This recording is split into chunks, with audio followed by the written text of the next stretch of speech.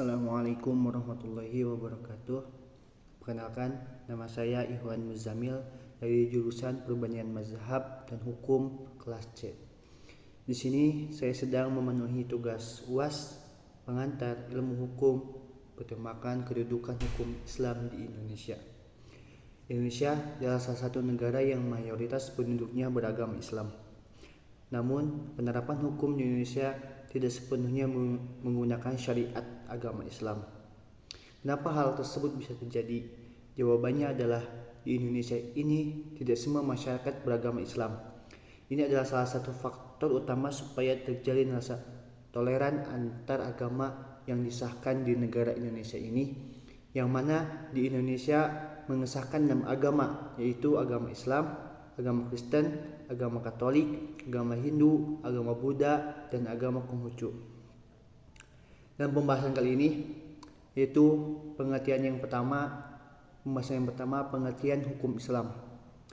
Hukum Islam atau syariat Islam adalah sistem kaidah-kaidah yang didasarkan pada wahyu Allah Subhanahu wa taala dan sunnah-sunnah Nabi Muhammad SAW terhadap orang mukallaf atau orang yang terbebani kewajiban yang diakui dan diyakini. Syariat menurut istilah adalah perintah Allah yang dibawa oleh Nabi baik secara akidah maupun amaliyah.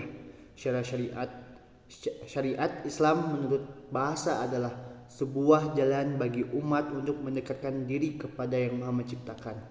Namun dalam agama Islam tidak hanya perintah untuk mendekatkan diri kepada Sang Maha Pencipta saja, namun Allah Subhanahu wa taala telah memerintahkan bagi umatnya dalam Al-Qur'an untuk berbuat baik antara individu manusia itu sendiri.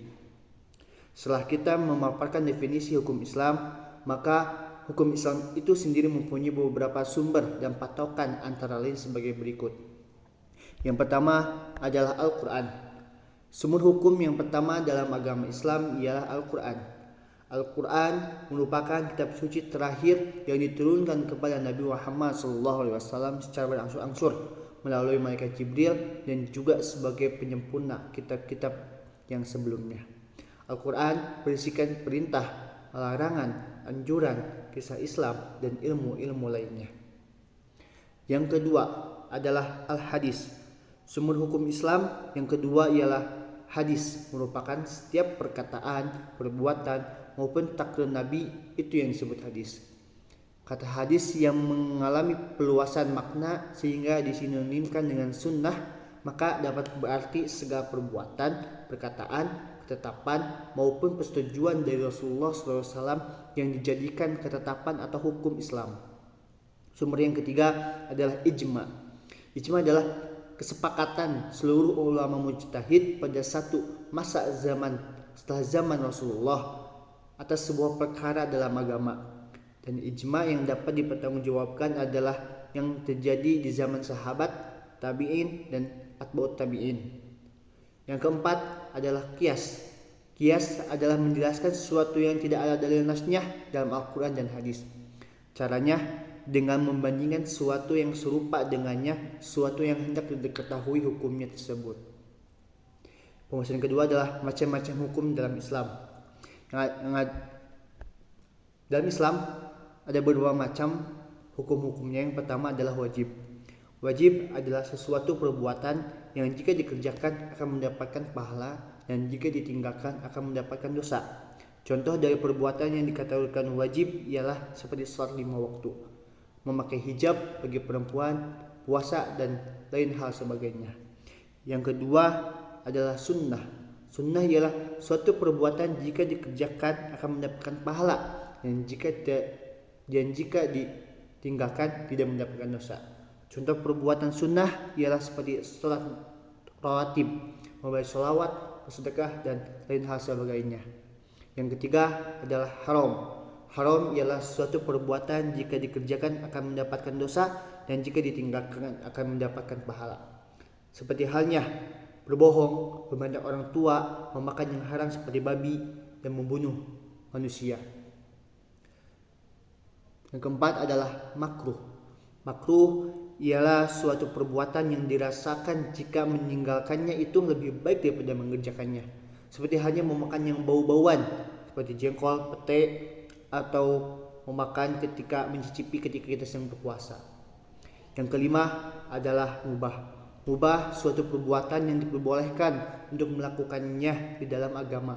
Begitu pula meninggalkannya, seperti halnya makan dan olahraga. Yang tiga, hukum Islam sebagai sumber hukum nasional. Di masa sekarang ini, hukum sangat berkembang dan menerus dibangun. Sementara pembangunan hukum tidak bisa meninggalkan rasa hukum masyarakat. Tentu saja, hukum Islam menjadi begitu penting peranannya dalam pembinaan hukum nasional Indonesia. Mengingat bahwa mayoritas penduduk Indonesia beragama Islam, pembangunan sebagaimana dikonsepsikan di atas mengisyaratkan adanya perubahan terhadap dasar-dasar kemasyarakatan, baik bersifat struktural maupun kultural. Dasar-dasar kemasyarakatan tersebut menurut Sujono Sukanto paling sedikit mencakup agama, filsafat, ideologi, ilmu pengetahuan, dan teknologi. Dengan demikian, pembangunan hukum Islam di Indonesia dapat dirumuskan sebagai berikut. Yang pertama, hukum Islam ke dalam sistem hukum Indonesia. Yang kedua, penciptaan serta penyusunan kembali lembaga-lembaga hukum baru. Yang ketiga, mengupayakan bagaimana hukum tadi dapat dijalankan dengan efektif. Terciptanya suatu sistem hukum yang efektif di kalangan masyarakat, banyak hal yang harus dibenahi, seperti yang pertama, komponen perangkat hukum. Yang kedua adalah komponen penegak hukum, dan ketiga adalah kesadaran hukum. Maka disinilah peranan hukum Islam, bagaimana menjadi pemimpin telah dicontohkan dalam agama ini. Maka dengan upaya membenahi aturan hukum di negara ini, dibalik para penegak hukum ini berpegang teguh pada aturan pemerintahan undang-undang, namun harus dilandasi dengan hukum agama juga.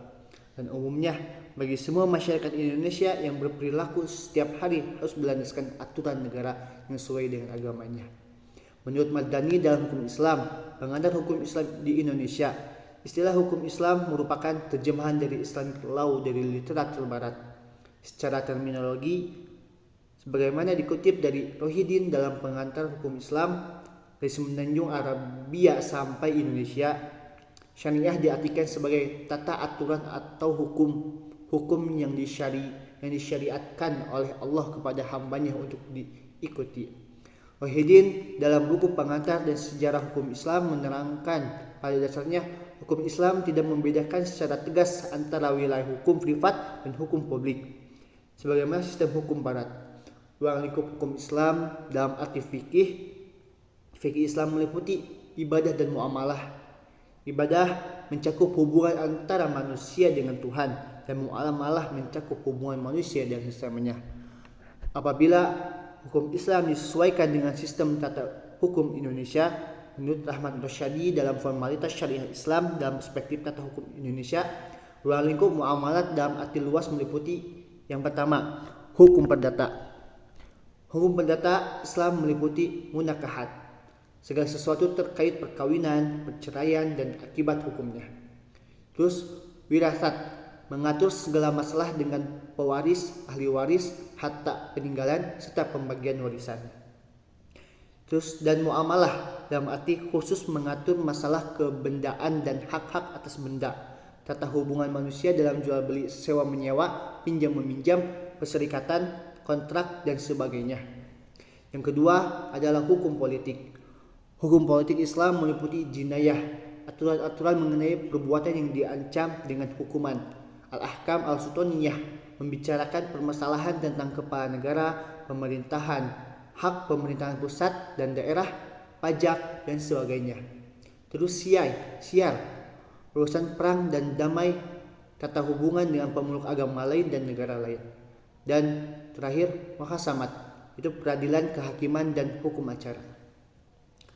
Hukum Islam dalam negara Kesatuan Republik Indonesia tidak lepas pengaruh masuknya Islam ke Nusantara pada abad ke-12 dan abad ke-13 Masehi, di mana pada masa itu menyebaran agama Islam di Nusantara menganut mazhab Syafi'i.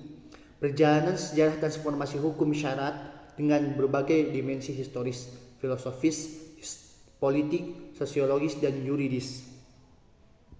Hukum Islam di Indonesia terlihat di dua sisi. Pertama, hukum Islam berlaku secara yuridis formal atau dikodifikasi dalam struktur hukum nasional. Kedua, hukum Islam berlaku secara normatif, yakni diyakini memiliki sanksi atau padanan hukum bagi masyarakat muslim. Sekian yang bisa saya sampaikan. Terima kasih, mohon maaf apabila ada kekurangan dan kesalahan. Billahi taufiq wal hidayah. Assalamualaikum warahmatullahi wabarakatuh.